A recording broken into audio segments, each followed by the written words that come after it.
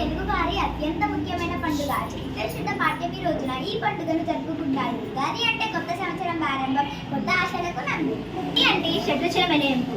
ఇప్పుడు షడ్రుచుల ప్రాముఖ్యత తెలుసుకుందాం. జీవిత సత్యం. షడ్రుచుల పచ్చడి అంటే జీవితం కేవలం సంతోషాలతో తీపి కాకుండా చేదు, సందేశాలను, ఉప్పు వంటి వివిధ రకాల అనుభవాల కలయిక.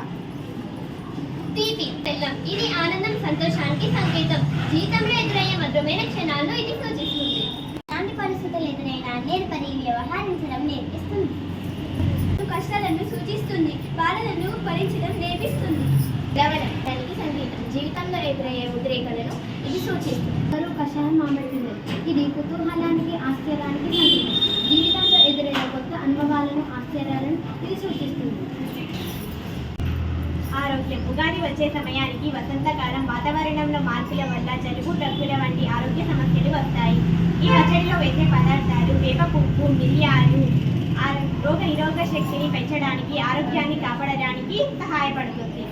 అందరికీ పరాభవ నామ ఉగాది శుభాకాంక్షలతో మీ శ్రీమేధ ఆనిముత్యాలు. ధన్యవాదాలు.